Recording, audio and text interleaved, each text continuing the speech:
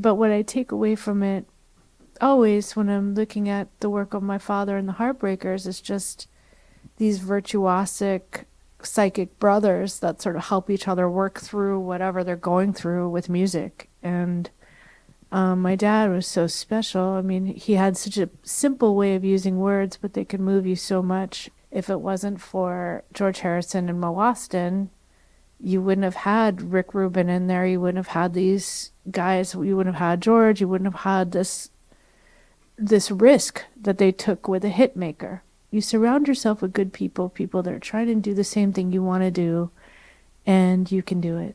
For me was the most surprising to learn in the making of this movie comes about 3/4 of the way in the movie when Tom says, I'm always trying to get better.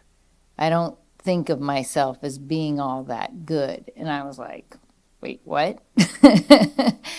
He was sarcastic, he was funny, acerbic, but he wasn't a cynic. And I think that's really, really important. You know, he wasn't cynical.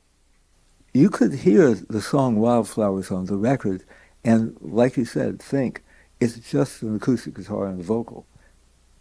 Because I don't think Rick wanted anything to get in the way of the song.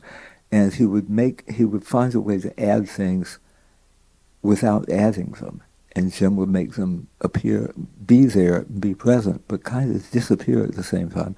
Really wonderful. What were the conversations like with you, Tom, and Rick about how Wildflowers was going to sound?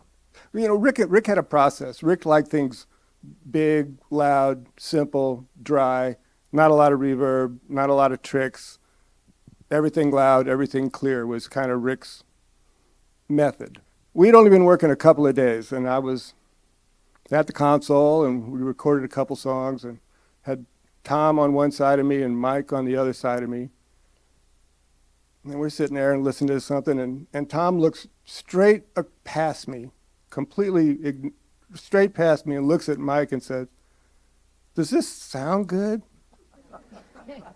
And I'm thinking, oh shit, there it goes. And Mike says, "Well, I never heard 5 guys playing good sound bad." And I was in. That was it.